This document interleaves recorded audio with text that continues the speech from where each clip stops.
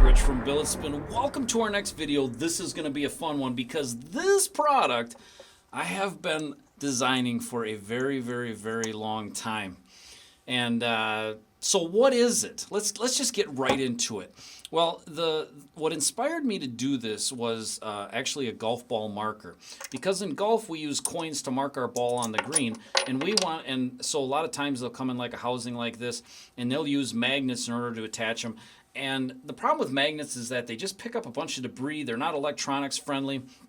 And the other thing is with this particular one is that it wouldn't keep this coin in the middle of the housing. There would be play there side to side, and I didn't like that. So I've been searching for a long time to come up with a system that would actually work for this, and we did it. We came up with a system, and it's definitely working. So let's get into this particular one. There's going to be a lot of different variations and things that we use this connection system for, but this is going to be the first one, and this particular one is a stemless top. So what's a stemless top? Well, let me just show you this in comparison with some stem tops. And here you got the Trident, the Spark, the Maelstrom, and the Thrust. And give you a little size comparison here. This is 1.48 inches in diameter. So basically just a smidge under 1.5, but you can see it's super low to the ground. It's very narrow. And the beauty of stemless tops is that they can fit into your pocket. You can carry them around just like a coin. Now, how do you spin them? Well, that is the question, because obviously it doesn't have the stem.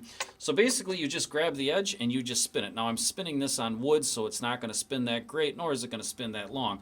But you kind of get the idea. You just grab it on the sides and just you just give it a rip. You can use two hands like this as well. A lot of different ways to do it. And that's what a stemless top does. But the big thing that this has is because it has the removable coin, there's a fidget factor here. So I wanted to make this so that the inner disc, I'm going to back this thing out a little bit so you can see better. Get you in focus. So I wanted to have it so that this disc could rotate because there's a fidget factor there. Then I wanted to have it so I could take it, move it around like this, and snap it back in. Hopefully you can hear that. Okay, so that snap is how the connection system works, okay? Now the connection system is strong. It's not going to come out of there, okay? And there's just enough pressure to kind of give you that satisfying where it'll hold it in and click in, and it's not going to come out. So that's what's really cool. Now the main purpose of this video is kind of to show you how this works. So I knew that I didn't want to use magnets. And so I was thinking, how on earth could I get this a coin here to fit inside of a body and to stay there without using the magnets, obviously. So after a lot of digging and research, I came across this spring, and it's used in seals, and it's called a garter spring. I believe it's called a garter spring, but it's canted. That's why I'm not exactly sure of the name, but the coils are canted, and what that does is it allows the spring to actually compress radially. So when you think about this, you're probably thinking that the spring actually expands this way, and that's not how this works at all. The spring compresses radially. So I'm just going to give you a crude drawing here. Apologize for my horrific artist abilities here. But this is the groove that it fits in a cross-section, and this round thing represents the spring, and this is what it would be in its normal state. When you slide the coin in, it actually flattens the spring this way. So the outside of the spring gets pushed up against the groove, and then the ID of the spring, the inside diameter, squishes against the coin until it reaches this portion. And I'm going to zoom back in here so you can see this real clear.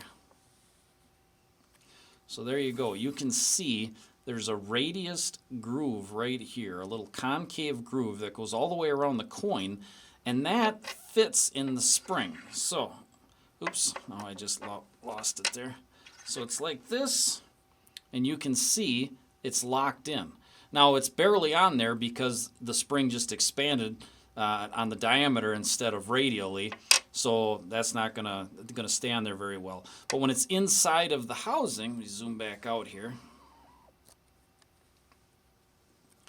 So this just pops back inside the housing, inside of the ID groove. So I'll show you before I put it in there that there's a big ID groove that spring fits into.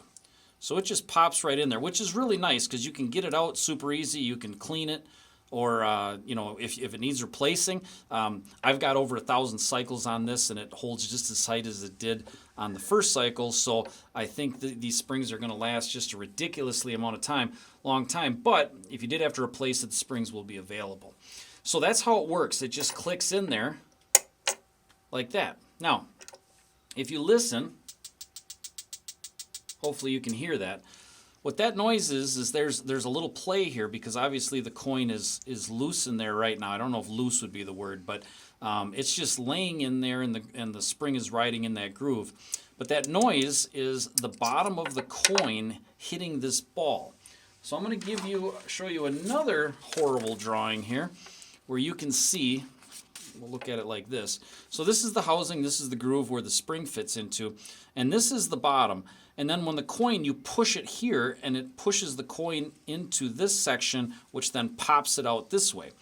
But the ball that you see on the bottom actually sticks out on the inside too. It's raised up a little bit above this surface, and that makes it so that when this is put together, you can spin it, and it spins a little bit freer than if it didn't have that ball in there.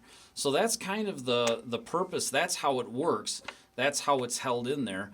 And yeah, just a really, really cool system. So where do we go from here? This is obviously, like I said, a working prototype, and the designing is not done yet. But we're somewhat close on this particular one. We're just going to add a little more frills, maybe make it a little bit more fancy. But these are going to be, when these hit the website, right now I've got the prototype springs in, and I don't have very many of them. So I just placed an order today for a bunch more of these springs. And once they arrive, we'll be able to start selling them. We're going to start manufacturing these two pieces now, once we get the final details finished up. And once the springs come, we'll be able to release them on the website. And these are going to be sold separately. So you buy the body and whatever coin you want. And these are going to be made up of stainless steel with different types of milling and engraving, etching, whatever you want to call it, just to give it a little different looks, as well as using exotic materials. We're going to offer a lot of different variations, but the beauty is that all these will interchange with one another. So if you want to buy a stainless body and have 5 different materials for the coin, you can do that. And every day you can just take and pop in whatever one you want for the day, and off you go, and interchange them, which will be really, really neat. We're also going to offer these with a flat bottom without the ball, and maybe even a male version where we have a body that instead of the counterbore here, we have basically a male version like the coin, and then you would flip it upside down and actually stick 2 bodies together. And then it would have this surface on both sides, which I think would be really, really cool. There's just going to be a lot of versatility with this particular product line, and I'm really excited about it, and I hope you guys are too. So that's a little overview of how it works. As we get closer to releasing these, I'll do another video where I show you what options are available.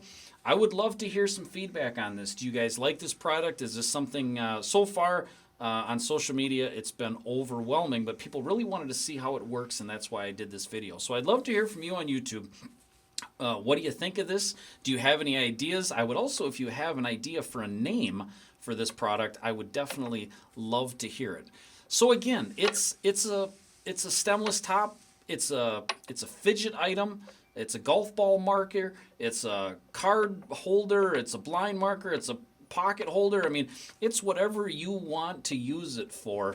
That's what it is. And hopefully you think it's pretty cool, because I know I do. Anyways, that's all I got for you today. Thank you so much for watching the video. I know it was long, but there was a lot to cover here. And yeah, hope you guys have a great rest of your week. We'll catch you next time.